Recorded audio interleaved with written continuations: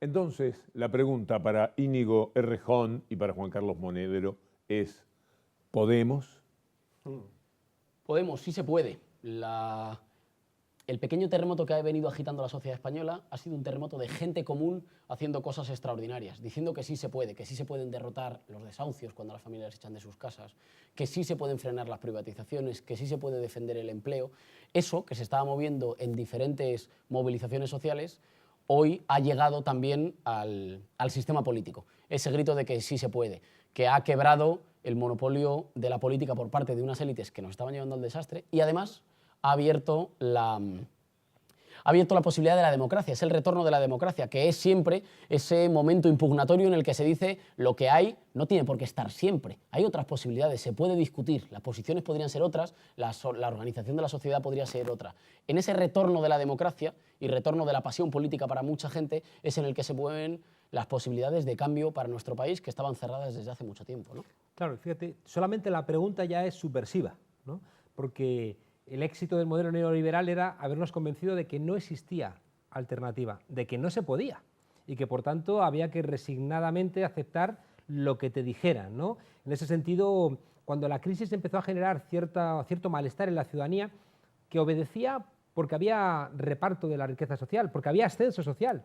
El éxito europeo era redistribuir la renta y que los hijos vivían siempre mejor que los padres.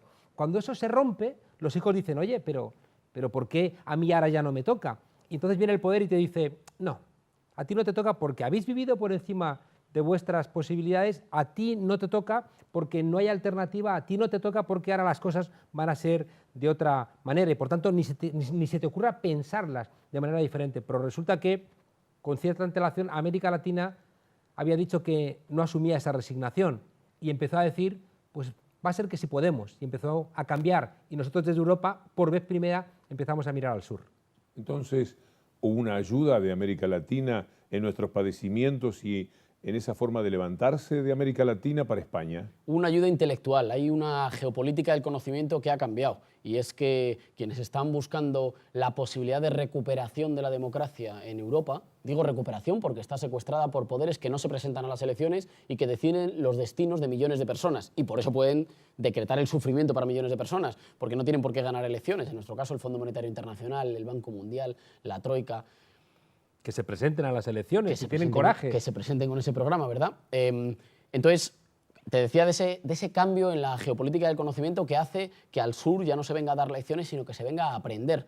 ¿Y aprender el qué? Pues aprender que hay momentos concretos en los que una mezcla de buenos análisis, audacia, pasión política, que la pasión tiene que estar en la política, tiene que ver con la pasión, porque es la ordenación de las cosas colectivas. No son individuos en supermercados eligiendo mercancías políticas y aislados y solos. Esa era la receta que ha permitido las políticas del dolor. Las políticas que están causando todo el sufrimiento en nuestro país son posibles o estaban siendo posibles por la fragmentación, porque la gente estaba sola, estaba aislada.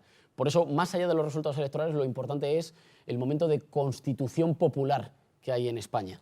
Claro, y había que reconstruir el relato, porque si tú no te piensas de manera diferente, estás condenado a que te interpreten los demás. Lo decía Galeano, ¿no? En tanto en cuanto los leones no tengan sus propios historiadores, la historia de las cacerías la seguirán escribiendo los cazadores. Dijeron que era imposible que le plantaras cara a Estados Unidos, y en 2005 América Latina le planta cara en Mar del Plata y le dice a Bush que no, que eso no va. Es imposible que tú le dijeras a los militares de las dictaduras que podías juzgarlos, y resulta que aquí se juzga en Argentina a los militares y se descuelga, un militar descuelga el retrato de un militar torturador. Es imposible auditar la deuda y reestructurarla. Claro, es imposible auditar la deuda y reestructurarla. Resulta que aquí se hace. Todas esas cosas se impugnan, ¿no? Desde el continente latinoamericano, que sufrió con mucha antelación el modelo neoliberal y que también tuvo la fortuna de empezar a salir, curiosamente, también con algo muy de la época, y empezó a salir de este agujero con unos pueblos que iban ganando en consciencia y con unos liderazgos que iban acompañando a ese pueblo con ese mandato que decía también el zapatismo de mandar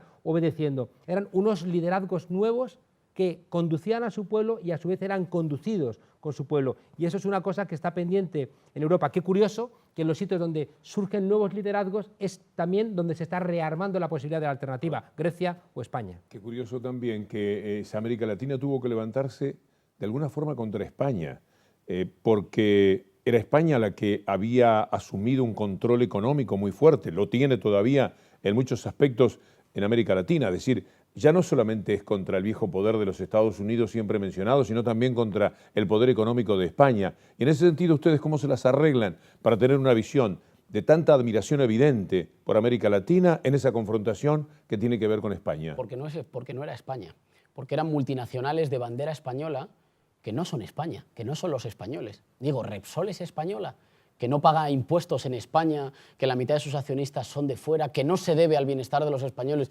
Repsol no es española, Repsol no tiene patria. Y eso es muy importante, porque si no, también se crean barreras en la comunicación entre los pueblos. Esas mismas empresas, que claramente ejercían una dominación neocolonial a través de la economía, eran empresas que en muchos casos se nos arrebataron a nosotros. La Telefónica, que aquí después hacía procesos muy cercanos al robo, es una Telefónica que primero se nos robó a nosotros, que era una empresa pública al servicio de los españoles y que después se privatizó. Y solo cuando se le entregó a los piratas se pudo dedicar después a las actividades de piratería aquí en América Latina. Claro, y la etiqueta de que son españolas no era sino un subterfugio para presionar más a los países latinoamericanos cuando querían recuperar sus riquezas, sus bienes naturales.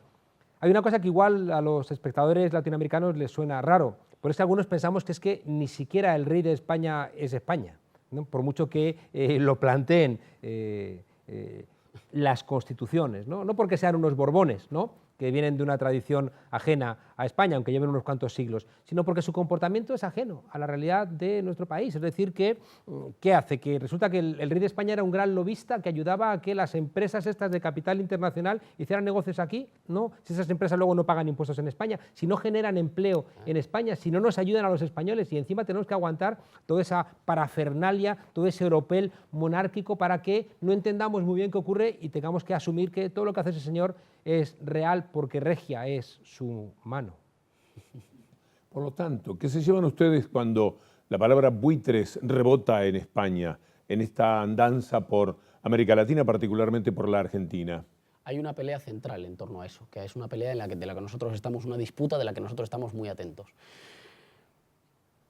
El fracaso de las experiencias, la posibilidad de fracaso de las experiencias de recuperación de soberanía popular, de soberanía económica en los procesos latinoamericanos es un objeto muy ansiado por parte de las fuerzas que están intentando vender la tristeza y la resignación en España. No se puede hacer nada. Lo que ustedes dicen parecería a priori positivo, pero saben que es imposible. ¿Y quieren saber por qué es imposible? Miren cómo está Argentina.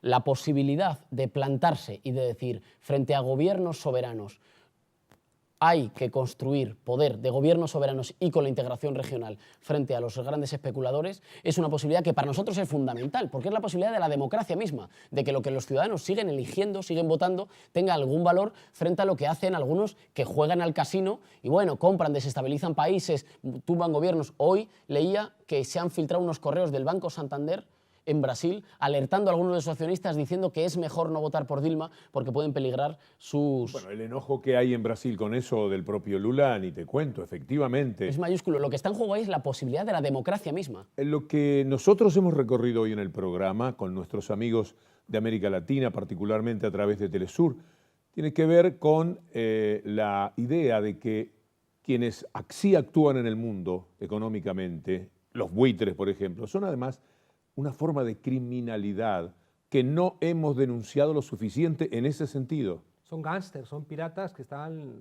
legitimados por las leyes que ellos mismos han hecho, ¿no? Y por tanto le pueden doblar el brazo a un país entero, pueden condenar al grueso de la ciudadanía a la pobreza, al analfabetismo, a la pérdida de la salud, y encima pueden jactarse de que están cumpliendo los contratos porque lo publicitan así en sus medios de comunicación, que son sus propias empresas de medios de comunicación que están prostituyendo y convirtiendo en una mercancía la información, ya que no está sujeta a la veracidad, sino solamente a sus intereses. Yo creo que lo que está pasando en Argentina ahora mismo la convierte en vanguardia de la posibilidad de la democracia en el mundo. Y esto es una frase que puede sonar muy rimbombante, pero es que es así. Es que si en la pelea actual contra los fondos buitre el gobierno argentino triunfa, como parece que es el caso, se brinda la posibilidad de que en todo el planeta pidamos auditorías de las deudas para que las podamos reestructurar, para que podamos decir qué parte de la deuda es pagable, qué parte no es pagable, qué parte es legítima y qué parte es ilegítima. Nos dicen, ah, no, queréis llevar a Argentina queréis llevar a España como Argentina al default. Y Argentina nos dice, esa palabra ya no existe, porque la suspensión de pagos es cuando tú no pagas, no cuando otros no cobran. Y por tanto, estás devolviendo a ese sistema de mafiosos el problema. Claro, no es que haya una discusión entre actores económicos y actores políticos, es una discusión entre actores, entre la posibilidad de una economía que esté al servicio de las necesidades humanas y actividades de piratería que amenazan con desestabilizar, cuidado, su propio sistema, porque tampoco es una cosa de regular o no regular, si estos mismos están hiperregulados. Es solo gracias a leyes determinadas, a tribunales que fallan de forma determinada, a privatizaciones determinadas, que luego cuando van mal las rescatamos entre todos. Claro que está hiperregulado, la cosa es regular para la gente o regular para los piratas. Íñigo, Juan Carlos, qué rápido se fueron estos minutos. Ojalá que nos veamos pronto y que efectivamente el Podemos de ustedes nos contagie. Y sobre todo que nos incluya a los que estamos un poquito más grandecitos. Emerge una Europa que va a dar alegrías a la gente progresista y demócrata en América Latina. A la gente de mi edad tiene que decir, vamos, que todavía hay tiempo, hombre. No solamente sea una cuestión de jóvenes como ustedes. Muchas gracias. A vosotros. Amigos, nos reencontramos la próxima semana con auténticas voces de cambio, como hoy les hemos querido presentar. Hasta la próxima, si Dios quiere, y muchas gracias.